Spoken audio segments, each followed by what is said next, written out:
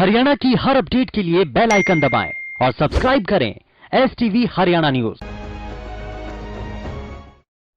नमस्कार, आप देख रहे हैं हरियाणा की आवाज और मैं हूं आपके साथ शुभेंदु सिंह। और आज हरियाणा की आवाज के जरिए एक जो परेशानी लॉकडाउन के समय के दौरान से ही देखने को मिल रही है, बात उसी को लेकर। दरअसल जब नौकरियों से कई लोगों को निकाला जा रहा है, कई लोगों की सैलरी काटी जा रही है और कंपनियों के ऊपर यह सीधा सीधा आरोप है कि लॉकडाउन के समय में कर्मचारियों का ध्यान कंपनियों ने नहीं रखा है। बात आज इसी पर।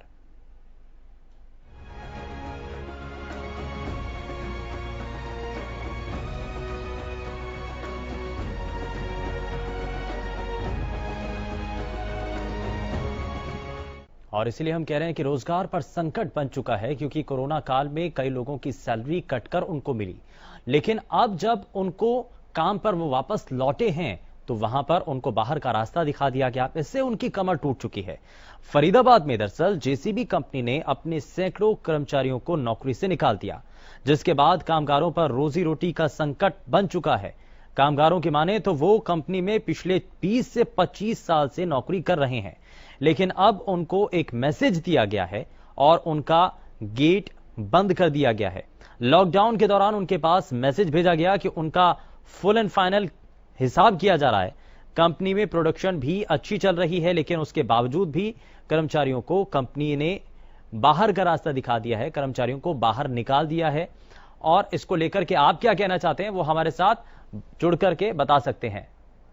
प्रभु ब्रह्मचारी इस बीच हमारे साथ कॉलर कार्यक्रम में जुड़ चुके हैं। बहुत स्वागत है सर आपका कार्यक्रम में। बताइए क्या कहना चाहते हैं आप। बहुत बहुत धन्यवाद जी आपका और आपकी पूरी हरियाणा न्यूज टीम का, हमारी नागा बाबा पूर्णानंद मंगलानंद सेवा समिति नंदगांव की तरफ से। मैं थोड़ा विषय बताएंगे थोड़ा प्लीज सर। कोरोना संकट में काफी हद तक देखा सभी ने, और इस विषय को कई लोगों के द्वारा बताया भी गया सोशल मीडिया पर कि कई कर्मचारियों की सैलरियां कटने लगी, कंपनियों के ऊपर यह आरोप लगने लगे। लेकिन अब जब पटरी पर अनलॉक 1 के बाद अब पटरी पर व्यवस्था लाने की कोशिश हो रही है, कर्मचारी वापस अपनी कंपनियों की तरफ जा रहे हैं, तो वहां पर उनको कंपनी से बाहर का रास्ता दिखा दिया जा रहा है। यानी कि लॉकडाउन के समय में जब कंपनियों को सहयोग करना चाहिए था अपने कर्मचारियों का, कर्मचारियों ने काम किया, लेकिन उसके बावजूद उनको सैलरी नहीं दी गई, काट काट कर उनको सैलरी दी गई। लेकिन अब जब वापस से काम पटरी पर लौट रहा है तो अब उनको बाहर का रास्ता दिखाया जा रहा है। इसको लेकर के क्या कहना चाहते हैं?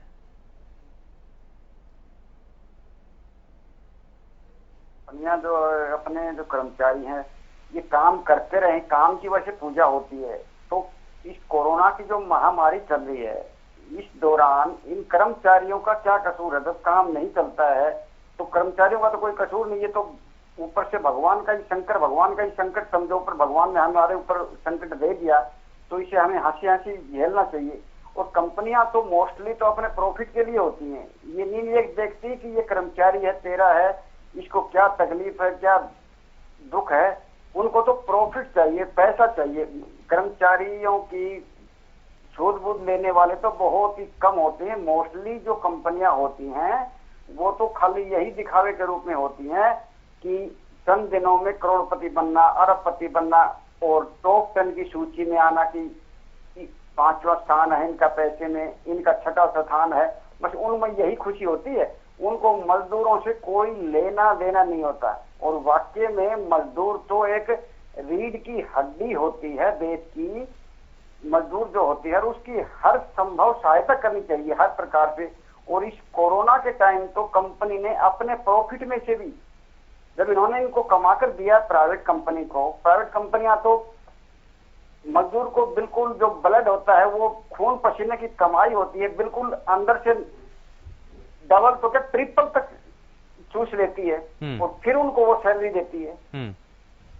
तो जो मजदूर है मान लो 50,000 रुपए ले रहा है तो वो कंपनी को 1.5 लाख रुपए कम से कम कमा कर देगा, तब जाकर वो 50,000 देंगे। तो देखिए उन लोग कितना हार्डवर्क करते हैं, कितनी हेडेक होता है उनका, कितनी मतलब सिरदर्दी होती है। लेकिन जो कंपनियों के मालिक होते हैं उनको तो सिर्फ पैसा चाहिए, प्रतिष्ठा नहीं। लेकिन मैं इनको कहना चाहूंगा पैसे के साथ प्रतिष्ठा भी जरूरी है। जब तुम्हें इस लेवल के पर पहुंचा है तो मजदूरों के आशीर्वाद से पहुंचा है, उन्हीं का योगदान है। तो इस कोरोना की महामारी के दौरान जितने भी ये कंपनियों के मालिक हैं, संचालक हैं, मेरा उनसे नम्र निवेदन है, एक पैसे के ही चक्कर में मत पड़िए। कुछ और देश सेवा नहीं कर सकते हो, कम से कम अपने कंपनी के जो कर्मचारी हैं उनकी तरफ, उनके परिवार की तरफ ध्यान दीजिए। वो किस संकट में है? क्या वो 2 रोटी का जुगाड़ अभी उनके पास है? क्या वो किसी से पैसा उधार लेकर के अपना रोटी का जुगाड़ कर रहे हैं मजदूर? तो उनको अपनी कंपनियों के जितने भी कर्मचारी हैं, मजदूर है, भाई हैं, उनसे फीडबैक लेना चाहिए परिवार का और उनकी यथासंभव मदद करनी चाहिए। एक पैसा कुछ नहीं होता, पैसा तो यहीं रह जाना है, सिर्फ पुण्य भी कमाना हमें पैसे के साथ। तो मेरा नम्र निवेदन है, सरकार से भी नम्र निवेदन है, कंपनी के जो मालिक है उनको भी एक आदेश दिया जाए, अपने अपने जितने भी ये मजदूर भाई हैं, कर्मचारी हैं, उनका स्पेशली वेलफेयर किया जाए, सबसे स्पेशली उनका ध्यान दिया जाए। इस कोरोना की महामारी के दौरान उनका स्पेशली ध्यान करके, और उनका जो है, ठीक है मानते हैं सैलरी पूरी नहीं दे सकते तो कुछ कटिंग करके आप कोई बात नहीं दे दीजिए, लेकिन उनको बाहर का रास्ता मत दिखाइए। जब कर्मचारी काम करता है और इस दौरान आप उनको बाहर का रास्ता दिखा देंगे तो उनके परिवार के ऊपर क्या बीतेगी? उनका तो एक सहारा है रोजी रोटी का। आवाज आ रही है जी? जी, आपकी आवाज मिल रही है सर। हाँ, तो मैं ये कहना चाह रहा हूँ, उनका तो एक सहारा है रोजी रोटी का, और जब भगवान ने, शंकर भगवान ने हमके ऊपर ये संकट ऊपर से दे दिया तो हमें हंसते हंसते झेलना चाहिए। बिल्कुल, ये जो मुश्किल भरा समय है वो सभी के लिए बड़ा मुश्किल होता है और ऐसे में कंपनियों को साथ जरूर देना चाहिए। खैर, बहुत शुक्रिया प्रभु, आप हमारे साथ कार्यक्रम में जुड़े। तो ये लगातार जो आप सभी की तरफ से हमें प्रतिक्रियाएं मिल रही हैं, आप सभी के द्वारा जो हमें बातें साझा की जा रही हैं, क्योंकि ये मुश्किल भरा दौर है और इस कोरोना काल में रोजगार का एक बड़ा संकट इस वक्त बना हुआ है। राज्य सरकार और केंद्र सरकार के सामने एक बड़ी चिंता की बात यह भी है कि आखिर जो इस वक्त जो लोग बेरोजगार हो चुके हैं, जिनको कंपनियों से बाहर निकाला जा चुका है या जिन लोगों की सैलरियां कटी हैं, तो ऐसे में उनके लिए क्या व्यवस्था की जाए? पलायन हो चुका है तो ऐसे में कई लोगों का जो है अपना जो कामकाज है, वो जो रोजगार है वो छिन चुका है, वो छूट चुका है। तो अब वापस से उनको कैसे कामगार बनाया जा सके, कैसे उनको काम दिलाया जा सके, ये अब राज्य सरकारों की भी एक रणनीति होनी चाहिए। और इसी को लेकर के यहाँ कई सवाल हैं, क्योंकि कंपनी की कर्मचारियों पर मार एक रूप में इस कोरोना काल के अंदर देखने को मिली है।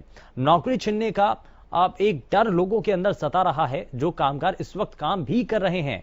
तो वहीं दूसरी तरफ क्योंकि कंपनियों के द्वारा ये किया जा रहा है कि कंपनी अपने कर्मचारियों को नोटिस देती है और उनको बाहर का रास्ता दिखा देती है, वहीं अब कर्मचारियों की परेशानी बहुत हद तक बढ़ चुकी है। परेशानी इस कदर है क्योंकि परिवार का भरण पोषण करना है और अब इस संकट के दौर में अगर जिसके लिए जी जान के साथ मेहनत की, अब वही अगर साथ ना दे तो क्या होगा, कैसे होगा, कैसे इस मुश्किल भरे समय के अंदर इस मुसीबत से लड़ाई वो लड़ेंगे, अपने घर को कैसे चलाएंगे, ये एक बहुत बड़ी परेशानी इस वक्त उनके सामने है।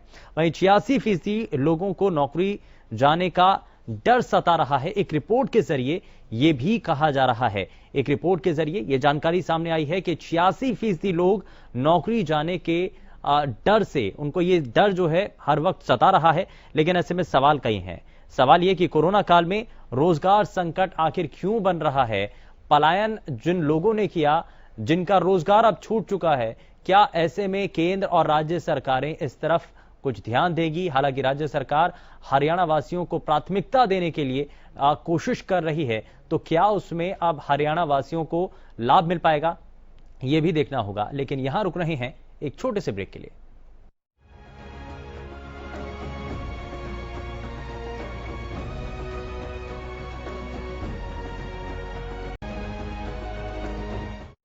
ब्रेक के बाद आप सभी का स्वागत है। और रोजगार पर संकट जो इस वक्त बना हुआ है, ये लोगों के सामने एक बड़ी मुश्किल है और कई लोग इस वक्त ये बैठे ये सोच रहे होंगे कि क्या नौकरी का खतरा उनको भी है। और यदि आपको भी ऐसा लगता है, ऐसा महसूस होता है कि आपकी कंपनी भी कुछ इसी तरीके से आपके साथ कर रही है या करने जा रही है, या आपके साथियों के साथ ऐसा हुआ है, तो आप अपनी व्यथा, अपने जो बारे में आप बता सकते हैं। आप इस बारे में जो विषय आज हम आपके सामने रख रहे हैं, उसको लेकर के आप अपनी बातों को साझा कर सकते हैं। लेकिन क्या कोरोना के नाम पर कंपनियां अपनी मनमानी कर रही हैं? बेरोजगार हुए लोगों का आखिर सहारा कौन बनेगा? वहीं बेरोजगारी दर आखिर जिस तेजी के साथ बढ़ रही है, उस पर सरकारें कब सोचेंगी? केंद्र और राज्य सरकारों को क्या मिलकर इस पर काम नहीं करना चाहिए? और साथ ही साथ इस बड़े संकट से निपटने के लिए राज्य और केंद्र सरकार का क्या आगे आने वाले समय के लिए प्लान है, कैसे जिन लोगों की अभी तक नौकरी छिन चुकी है, जिन लोगों का रोजगार अभी तक जा चुका है, उनके लिए क्या रोडमैप अभी तक सरकारों के द्वारा कोई तैयार किया गया, आने वाले समय में क्या रोजगार के नए अवसर जो हैं वो प्रदान किए जाएंगे, दिए जाएंगे, ताकि जो लोग हैं इस वक्त जो बेरोजगारी की मार झेल रहे हैं और वो लोग जो इससे पहले तक जिनके पास रोजगार था लेकिन इस कोरोना काल के समय में उनकी नौकरियां जा चुकी हैं, तो कैसे अब उनको नौकरी उनको मिल सकती है, नए अवसर उनको मिल सकते हैं जिसमें वो अपनी जो काबिलियत है उसको वो बता करके नौकरी लें। तो ये बहुत सारी चीजें हैं जो कि एक बड़ी चुनौतीपूर्ण स्थिति है, लेकिन आप भी हमें बता सकते हैं कि यदि इस कोरोना काल के इस संकट के दौर में अगर आपने देखा है किसी ऐसे शख्स को जिसकी नौकरी जा चुकी है या उसकी पगार कटी है या इसी रूप में अगर उसके सामने कई परेशानियां हैं, तो आप भी हमारे इस मंच के जरिए साझा कर सकते हैं। और अगर आपके पास इसके सुझाव हैं, यदि आपके पास ऐसी कोई रास्ता है, आपके पास कोई ऐसा उपाय है जिसके जरिए आप ये बता सकते हो कि इस कोरोना काल के अंदर जो रोजगार का संकट बना हुआ है उसको कैसे दूर किया जा सकता है, तो वो भी आप हमारे इस मंच के जरिए साझा कर सकते हैं। और हम ये उम्मीद करते हैं कि हमारे इस कार्यक्रम के जरिए जो इस वक्त अधिकारी और नेता इस वक्त ये कार्यक्रम देख रहे हैं, जाहिर तौर पर एक प्रभावी एक कहीं ना कहीं उनके लिए एक विकल्प के तौर पर ये रास्ता खुल सकेगा जिसमें वो ये समझ सकेंगे कि और क्या प्लानिंग की जा सकती है। यानी कि आप भी सहयोग कर सकते हैं सरकार की हर एक नीति में, हर नीति को बनाने के लिए, हर एक महत्वपूर्ण कदम को बेहतर बनाने के लिए आपके द्वारा भी जो कोशिशें हैं वो कैसे सरकार के लिए मददगार साबित हो सकती हैं और कैसे आप सरकार का ही एक हिस्सा बन सकते हैं, वो भी आप हमें बता सकते हैं। बीके यादव इस बीच हमारे साथ कॉलर कार्यक्रम में जुड़ चुके हैं। बहुत स्वागत है बीके यादव जी आपका कार्यक्रम में। बताइए क्या कहना चाहते हैं आप। मैं ये कहना चाह रहा हूँ, जब तक ये कंपनियों में कोरोना महारानी, जब तक ये जो महामारी है कोरोना की, जब तक ये मतलब खत्म ना हो जाए 2-4 महीनों के दौरान जी, तब तक ये कंपनियों के जितने भी ये कर्मचारी भाई हैं, मजदूर भाई हैं, उनको या तो इनको बोनस के रूप में हर महीने 5-6 हजार रुपए अपने अपने जो कंपनी के जो मालिक हैं उनको ये अपने कर्मचारियों को देना चाहिए। या बोनस नहीं दे सकते तो बगैर इंटरेस्ट के अपना घर चलाने के लिए मजदूर भाइयों के लिए 5-6 हजार रुपया पर मंथ 2-4 महीने कंटिन्यू तक, जब तक ये सुचारू रूप से गाड़ी ना चले हमारी कंपनी की, तब तक इनको कंपनी की तरफ से प्रोवाइड करना चाहिए, ताकि इनका परिवार भी संकट की घड़ी में अपना दाल रोटी का जुगाड़ थोड़ा कर सके। तो मेरी इन कंपनी के जो जितने भी संचालक हैं, जो मालिक भाई हैं, तुमने पैसा तो कमा लिया, लेकिन मेरे एक नम्र निवेदन है हमारी समिति की तरफ से, पैसे के साथ थोड़ा प्रतिष्ठा भी कमाइए, ताकि आने वाली पीढ़ी तुम्हारा अनुसरण करे। एक पैसा कमाओ, ठीक बात है, पैसा हर जगह से कमाना चाहिए। जैसे सूर्य हर जगह से पानी लेता है, घड़े से भी लेता है, नदी नाले से भी लेता है, सागर से भी लेता है, लेकिन वो जल लेने के बाद वो दोबारा उसी पब्लिक पर बरसा देता है, पाक साफ हो जाता है। बादल जल लेते हैं तो काले हो जाते हैं, बरसने के बाद सफेद हो जाते हैं। तो तुम भी इसी तरह पैसे कमाओ, किसी भी तरह कमाओ, लेकिन वो पैसा समाज के ऊपर लुटा दो, तुम भी पाक साफ हो जाओ, ताकि समाज भी तुम्हें एक अनुकरण उदाहरण जो पेश कर सके समाज में तुम्हारा, कि एक समाज में तुम योगदान, अपने भी तो सब कमाते हैं, लेकिन जो समाज के ऊपर जो फेंकता है उसकी काउंटिंग जरूर होती है। किसके पास कितना पैसा है, करोड़पति है, अरबपति है, कोई काउंट नहीं करता, लेकिन वो आदमी जो समाज के ऊपर फेंकता है, किसी गरीब को खिलाता है, वो जरूर समाज काउंट करता है।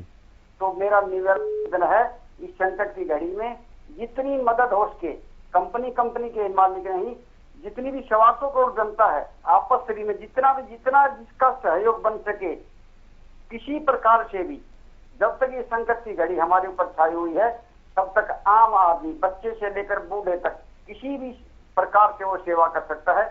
और ये सेवा बहुत ही एक भारत देश की मोदी जी के मार्गदर्शन में एक उदाहरण पेश करेगी। जो संत कोई राजा होता, धर्मात्मा होता है, तो उसकी प्रजा भी धर्मात्मा होनी चाहिए। जब हमारे राजा धर्मात्मा हैं, सीएम साहब धर्मात्मा हैं, मोदी जी धर्मात्मा हैं, जो निजी धर्मात्मा है, विद सब धर्मात्मा है, तो हमारी प्रजा धर्मात्मा क्यों नहीं हो सकती? तो मेरी ठीक है। प्रजा से भी नम्र निवेदन है, आप भी जो भी इस संकट की घड़ी में जो भी किसी प्रकार से भी किसी प्रकार की भाई की मदद हो, वो अपना बिल्कुल संभव आपस मदद में जो बैठ हो सकती करके- है, सबसे पहले हमें अपने स्तर पर भी वो कोशिशें करनी होंगी। खैर, बहुत शुक्रिया, आप हमारे साथ कार्यक्रम में जुड़े बीके यादव जी, और आपने अपनी बातों को साझा किया है। यहाँ पर कंपनियों का तो दायित्व है ही, लेकिन हम भी अपने आसपास ज़रूर ये देखें कि अगर कोई ज़रूरतमंद है तो अपने स्तर पर जितनी और जिस रूप में हमसे मदद हो सकती है तो हम भी मदद कर सकते हैं। अगले कॉलर इस बीच हमारे साथ राम गुरुग्राम से कार्यक्रम में जुड़ चुके हैं। बहुत स्वागत है राम आपका कार्यक्रम में, बताइए क्या कहना चाहते हैं।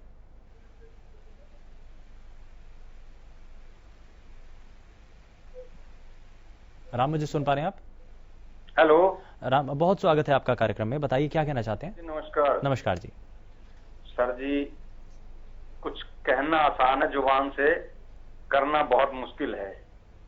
ये हमारे भाई दर्शक भी कह रहे हैं कि कंपनियों को देना चाहिए। मैं इनसे पूछना चाहता हूं, बल्कि मैं सरकार से पूछना चाहता हूं, जब आपके पास रेडी के पैसे नहीं होंगे, आप केला कहां से बेचोगे? जब कंपनी चल नहीं रही, क्या अपने बच्चों को बेच के तनख्वाह देंगे क्या? वो जिस पर आपने मतलब आरोप लगाने हैं, उसको तो आप आरोप ना लगाते हो ना पूछते हो। मोदी जी केयर फंड का भी हिसाब नहीं दे रहे। जनता के टैक्स का पैसा सारा टोटली जनता देती है और उसकी तनख्वाहें लेते हैं और ये सैर सपाटे करते हैं, और जो रैलियों पे खरबों रुपए खर्च करते हैं आप, उसका तो हिसाब पूछते नहीं है। अब ये रैली का क्या मतलब है? कोरोना के अंदर जो रैली का मतलब इतना 144 करोड़ रुपए खर्च कर दिया, इससे क्या लेना देना? अपने मुंह से एक सेकंड नहीं लगता, झूठ बोलते हैं। रैली का चुनाव से कोई लेना देना नहीं, और फिर कहते 2/3 बहुमत से जीतेंगे। अरे इस जनता को कितना मूर्ख बनाओगे? कुछ परमात्मा की तरफ से देखो, और परमात्मा की तरफ देख रहे हो, वो सब देख रहा बिना कान के। अब मैं बताता हूँ कोरोना के ऊपर। कोरोना से मैं पूछना चाहता हूँ सुबेन जी, कि अगर आपको बुखार है या आपकी सांस की बीमारी है, आप डॉक्टर के पास जाते हो, जो पहले ऑलरेडी इलाज चल रहा है, उसका तो इलाज वो करता नहीं हो, पहले कहता है कोरोना चेक कराओ। कोरोना चेक कराते कराते दिन वो मर जाता है। इस चीज को सोचना होगा। अब एक इंसान का अंगूठा कट गया, संडे को हॉस्पिटल गया, सबने जवाब दे दिया, आर्टिमिस में गया और उसने कहा मंगलवार को ऑपरेशन होगा। संडे से लेके मंगलवार तक अंगूठा बच जाएगा क्या? पहले कोरोना चेक होगा, कोरोना चेक होने के बाद अंगूठा का इलाज होगा। ये कैसी मानसिकता हो चुकी है? इन डॉक्टरों से पूछो और इस सरकार से पूछो कि क्या कर रहे हो आप देश के साथ। इसलिए मेरा निवेदन है, इन बारे में सोचा जाए। सबसे पहले जो ऑलरेडी बीमारी आपको सांस की है, दमे की है, पहले उसका इलाज करो, कोरोना को चेक बाद में करो। कोरोना भी चेक हो जाएगा और उसका इलाज भी करो साथ के साथ। धन्यवाद। चलिए, बहुत शुक्रिया राम, आप हमारे साथ कार्यक्रम में जुड़े। तो लगातार आप सभी की तरफ से हमें रिएक्शंस मिलते रहे हैं, प्रतिक्रियाएं हमें लगातार मिल रही हैं, और इस विषय को लेकर के आप सभी ने बड़ी ही बेबाकी के साथ अपनी राय रखी है। बहुत सारे सुझाव भी यहाँ पर इस दौरान मिले हैं। लेकिन अब इस संकट भरे दौर में अगर किसी कर्मचारी के साथ कंपनी के द्वारा कोई गलत होता है तो जाहिर तौर पर उसको लेकर के आवाज जरूर उठानी चाहिए। लेकिन ऐसे में सहयोग का ये समय है। अगर कंपनी अपने कर्मचारियों का सहयोग नहीं करेगी तो आने वाले समय में कंपनी के लिए भी मुश्किलें हो सकती हैं। फिलहाल के लिए बस उतना ही। नमस्कार।